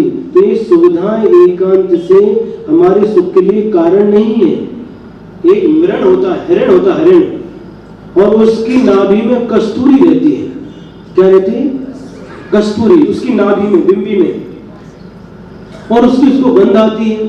गंध आती है, वो सोच रहा है गंध कहां से आ रही है, और ये सोचते सोचते पूरे जंगल में घूमता है। ये गंध उसको बहुत अच्छी लग रही है, लेकिन आ कहां से रही है उसको मालूम नहीं। उस गंध को, कस्तूरी की गंध को प्राप्त करने के लिए आखिर जहां से आ रही वहां पर जाकर बैठ करके हम इस गंध का, सुगंध का आनंद लेंगे से सोच करके पूरे जंगल में घूमता है, क्योंकि उसको मालूम नहीं जो गंध आ रही है हमारी नाभि में जो कस्तूरी उससे आ रही है। ये ज्ञान नहीं होने के कारण से पूरे जंगल में घूमता है। उसी प्रकार से हमारी आत्मा में सुख है, ऐसा ज्ञान नहीं है, इसलिए हम बाहर के पर पदार्थों में सुख खोजने में लगे हुए रहते हैं। सुख कहां मिलेगा? घर में। फिर यहां क्यों आए? दुकान में, दुकान का नाम लेते अमूल का, दुकान में, व्यंजन खाने में, रूप देखने में, टीवी देखने में, इनमें सुख है, सुख की अनुभूति होती है। लेकिन आचार्य कहते हैं ये सुख के साधन तुम्हारी मान्यता है, इसमें सुख नहीं है, किंतु आप इसमें सुख समझ रहे हो, ये वास्तव में सुख नहीं है, ये वास्तविक सुख नहीं है, इस सुख का आभास मात्र है। सच्चा सुख तो अपनी आत्मा के अंदर है। जैसे कस्तूरी उसकी नाभि में है, लेकिन ज्ञान नहीं होने के कारण से पूरे जंगल में भटक रहा है, गंध कहां से आ रही है। उसी प्रकार से हमें अपनी आत्मा के अंदर जो सुख है उसका ज्ञान नहीं होने के कारण हम पर वस्तुओं में सुख खोज रहे हैं, सुख खोज रहे हैं। यही परिस्थिति हमारी अनादिकाल से होती आई है। आचार्य कह रहे हैं सुख बाहर नहीं, सुख अंदर है। सुख के साधन बाहर हो सकते हैं, लेकिन सुख की अनुभूति अंदर से ही होती है। सुख अंदर है। उस सुख को प्राप्त करने के लिए हमें बाहरी यात्रा समाप्त करके अंदर की यात्रा करनी होगी, तब हम उस सच्चे सुख को एक ना एक दिन अवश्य ही प्राप्त कर लेंगे। अंतिम विशेषण है लोकालोक विलोकनः। मेरा आत्मा कैसा है? लोक और अलोक को देखने वाला है, लोक और अलोक को जानने वाला है। अब लोक और अलोक किसको कहते हैं? आकाश एक अखंड द्रव्य है, और आकाश के जितने क्षेत्र में जीव आदि सभी द्रव्य पाए जाते हैं, उतने स्थान को लोकाकाश कहते हैं। और जहां पर सिर्फ आकाश है और बाकी के द्रव्य नहीं पाए जाते, उसको अलोकाकाश कहते हैं। जब आत्मा को केवल ज्ञान की उपलब्धि हो जाती है, तो फिर लोक और अलोक को, लोक और अलोक में जितने भी, लोकाकाश में जितने भी पदार्थ हैं, द्रव्य हैं, उनके सभी द्रव्य गुण पर्यायों को केवल ज्ञानी एक साथ जानते हैं, एक साथ देखते हैं। तो हमारी आत्मा कैसा है? लोक को भी जानने वाला है और अलोक को भी जानने वाला, लेकिन हम जान क्यों नहीं रहे? अभी महाराज लोक अलोक की बात तो दूर है, हमारे पेट के पीछे क्या है भी दिखाई नहीं देता। पेट के पीछे क्या मालूम नहीं पड़ता। क्यों? क्योंकि अभी हमारी जो जानने देखने की शक्ति है इन कर्मों के कारण से कुंठित हो गई है। कर्मों का बोझ भरा हुआ है, इसलिए हमारी वो शक्ति प्रकट नहीं हुई है।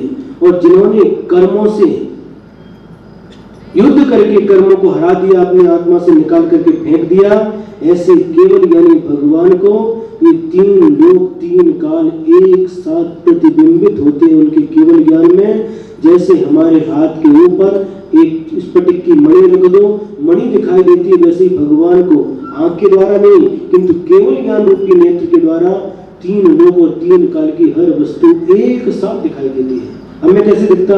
इधर देखेंगे तो उधर का नहीं दिखेगा, उधर देखेंगे इधर का नहीं दिखेगा, इधर देखने के लिए इधर का घुमाना पड़ता है। भगवान को केवल ज्ञान हुआ, केवल ज्ञान के द्वारा तीन लोक में जितने भी चराचर पदार्थ हैं सबको एक साथ जानते हैं, एक साथ देखते हैं। तो हमारा आत्मा शुद्ध निश्चय की अपेक्षा से लोक और अलोक को जानने वाला है। कठिन हुआ क्या? नहीं हुआ? बोलो ना, पीछे वाले नहीं बोल रहे।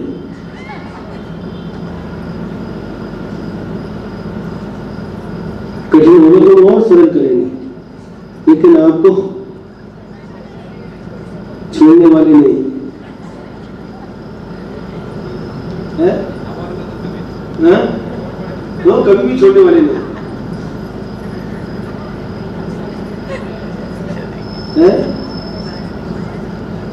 तो मन में उनके चिंतन चल रहा, महाराज लेट से आ गए, अगर 8-10 साल पहले आते थे तो हम हमेशा आपके साथ ही करते थे।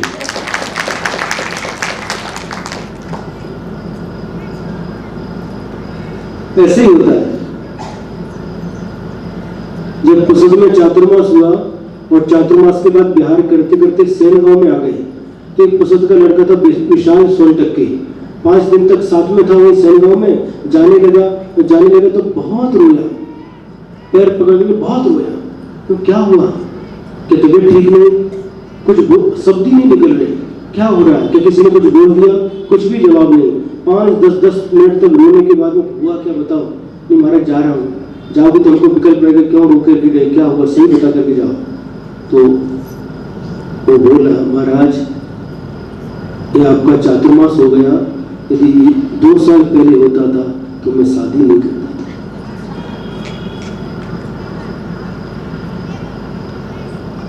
ऐसा होता है, ऐसा करते हैं। और जिनकी शादी नहीं हुई, हम की चल उसमें ऐसे बच्चे भी जिनकी शादी नहीं हुई, वो शादी करने के लिए तैयार है। इनकी शादी हुई, वो रो रहे हैं, क्यों? शादी पहले आते थे तो शादी नहीं करते थे। और जिनकी शादी नहीं हुई, इनकी तो नहीं, इनको तो अपना कल्याण करना चाहिए।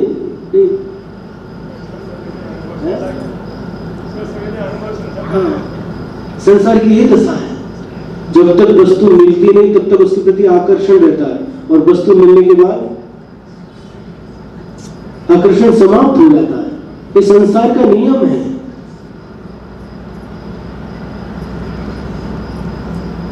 महाराज पहले क्यों नहीं मिली?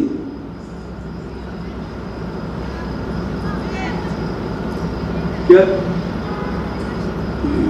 तो इसमें जो वर्णन किया गया, तो ये इसमें द्रव्य, क्षेत्र, काल और भाव, स्वसंवेदन यानी द्रव्य, सुव्यक्त यानी द्रव्य के अंतर्गत आ गया, स्वसंवेदन, सुव्यक्त। तनु मात्रो, आत्मा कहाँ रहती है, वो क्षेत्र क्या है? तो इसके तनु मात्र, इसके द्वारा क्षेत्र बताया गया। निरतयः यानी काल की अपेक्षा से वर्णन किया गया, कभी भी हमारी आत्मा का नाश नहीं होता। अत्यंत सौख्यवान, इसमें भाव बताया गया। इस प्रकार से द्रव्य, क्षेत्र, काल, भाव के द्वारा भी इसका वर्णन किया गया है। विशेष बात यह है, अलग अलग दर्शन के द्वारा अलग अलग बातें कही जाती हैं। इसमें कुछ लिखा हुआ है नीचे, जो मिथ्या दृष्टि लोग रहते हैं, उनकी जो मान्यताएं हैं, इन 5 बातों से उनकी मान्यताओं का खंडन किया गया है। एक मत कहता है आत्मा सबको जानती है लेकिन अपने को नहीं जानती।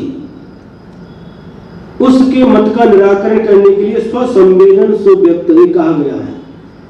अपने द्वारा अपने आप को भी जानती है। जैसे दीपक जब जलाते हैं तो दूसरे पदार्थों को भी प्रकाशित करता है और अपने आप को भी प्रकाशित करता है। और एक दूसरा दर्शन है जो आत्मा को बट बीज के समान छोटा या फिर पूरे आकाश में व्याप्त ऐसा मानता है, उसका खंडन करने के लिए आत्मा तनु मात्र शरीर प्रमाण है ऐसा बताया गया। गर्भ से लेकर मरण पर्यंत आत्मा रहती है। यह आत्मा दूसरे भव में साथ में नहीं जाती, भूत चतुष्टय से निर्मित है। ऐसा कथन करने वाले जो चार्वाक हैं, उनके मत का खंडन करने के लिए, निराकरण करने के लिए कहा, क्या कहा? निरतयः, आत्मा नाश रहित है, कभी भी आत्मा का नाश नहीं होता। और जो सांख्य मत है, योग मत है, वो क्या मानते हैं? आत्मा सुख से रहित है, आत्मा में सुख नहीं है, उनका निराकरण करने के लिए आत्मा अत्यंत सौख्यवान, अनंत सुख वाला है, ऐसा लिख करके उनके मत का निराकरण किया। जो नैरात्यवादी बौद्ध मत है उनके लिए आत्मा शब्द का उपयोग किया। और इसके अलावा ज्ञान शून्य चैतन्य मात्र आत्मा, ऐसा जो सांख्य मत कहते हैं, उनका खंडन करने के लिए लोकालोक विलोकनः यह विशेषण दिया गया है। अर्थात यह जीव, यह आत्मा लोक और अलोक को जानने वाला है। अन्य मतों के खंडन के लिए, निराकरण के लिए ये 5 प्रत्यय रखे गए हैं। कितना समय हो गया?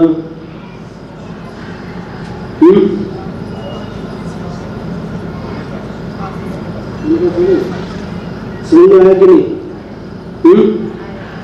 आया, आएगा, धीरे धीरे आएगा, लेकिन जरूर आएगा। ये विश्वास रखना। क्या विश्वास रखना? एक बार विश्वास किया तो फिर उसको छोड़ना नहीं। आएगा, जरूर आएगा, जरूर आएगा। विश्वास हारना नहीं। विश्वास हार गए तो सब कुछ हार गए।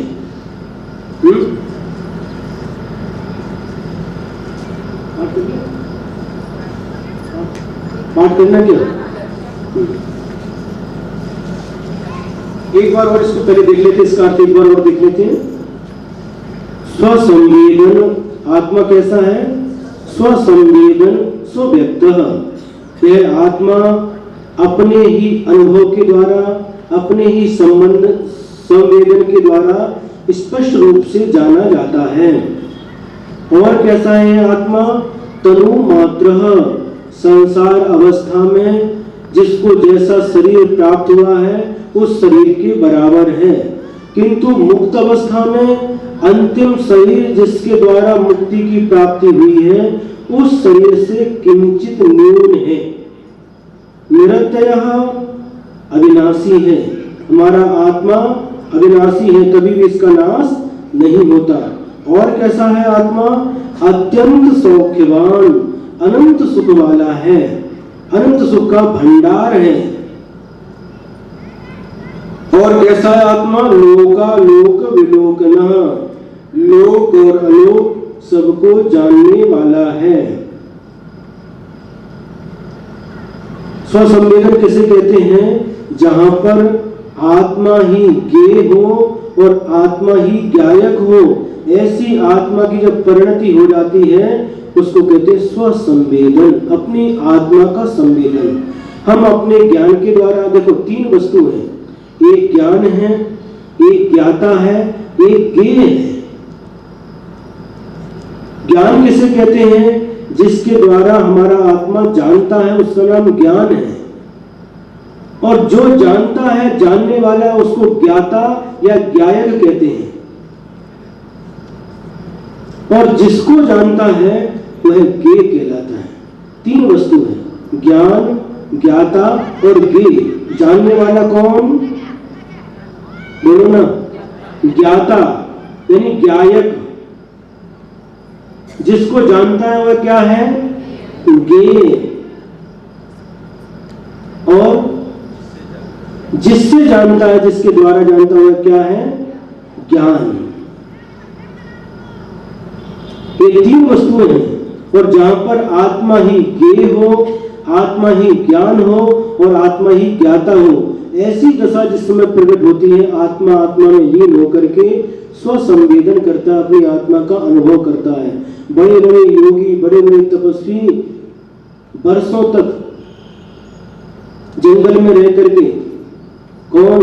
आदिनाथ भगवान 1000 वर्ष तक, महावीर भगवान 12 वर्ष तक निरंतर अपनी आत्मा का संवेदन, अपनी आत्मा के द्वारा आत्मा को ज्ञेय बना करके अपने आप में लीन रह करके इतनी घोर तपस्या की और अपनी आत्मा की अनुभूति की।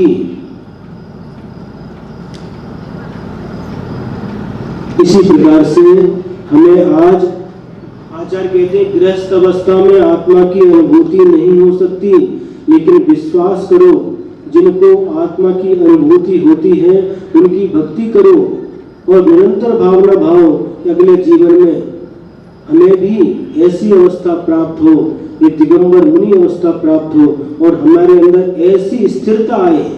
कैसी स्थिरता आए? तिन सुथिर मुद्रा देख मृगगण उपल खाज भुजावते। जब मुनि महाराज जंगल में ध्यान में लीन हो जाते हैं, स्वसंवेदन सुव्यक्त, अपनी आत्मा के द्वारा अपनी आत्मा से आत्मा का संवेदन करते हैं और उस समय ऐसी स्थिरता उनके शरीर में आ जाती है। तिन सुथिर मुद्रा देख मृगगण उपल खाज भुजावते। जंगल में जो हिरण रहते हैं और हिरण उनको देख करके क्या समझते हैं? ये पत्थर की मूर्ति है। उनकी स्थिरता को देख करके पत्थर की मूर्ति समझ करके और उन किसी हिरण के पीठ में भी खुजली होती है तो मुनि महाराज जाकर के क्या करते हैं? पीठ से पीठ रगड़ करके उनको पत्थर की मूर्ति समझ करके उनकी पीठ से अपनी पीठ रगड़ करके अपनी खुजली को दूर करते।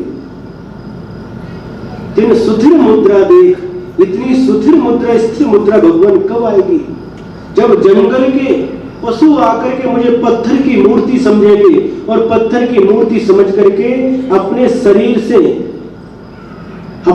मुनि के हमारे शरीर को घिस करके अपनी खुजली को दूर करेंगे। ऐसा अवसर कब आएगा? ऐसी स्थिरता कब आएगी?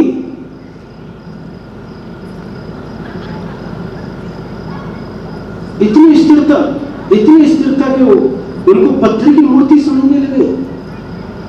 ऐसी स्थिरता आए, हम सबके जीवन में आए। भगवान कब मुनि अवस्था प्राप्त होगी और मुनि बनने के बाद ऐसी स्थिरता कब आएगी? जब मैं स्वयं आत्म ध्यान में लीन हो करके अपनी आत्मा का ध्यान करूंगा और उस समय जंगल के जानवर मुझे पत्थर की मूर्ति समझ करके अपनी पीठ से हमारी पीठ से अपनी पीठ को घिस करके अपनी खुजली को मिटाएंगे। ऐसी स्थिर अवस्था कब आएगी?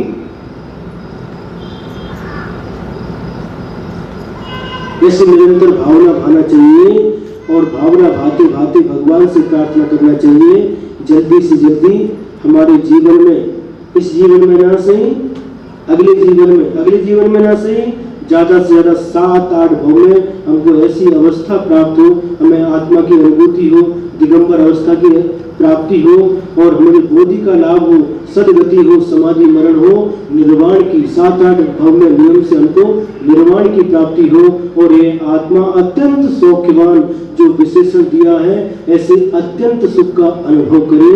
इन्हीं मंगल भावनाओं के साथ गुरु महावीर भगवान की जय। आचार्य गुरुवर श्री विद्यासागर जी महाराज की, पूज्य गुरुवर श्री अभिनंदन सागर महाराज की।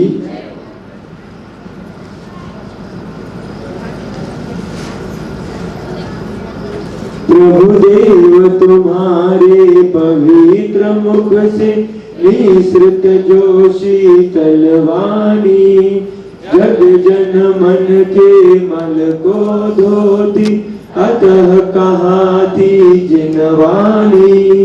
जयवंतो माँ जग में तब तक जब तक सूरज चांद रहे, शीश नवाते कर्म हरो माँ, अब तक हम विषयांध रहे, अब हम ना विषयांध रहे।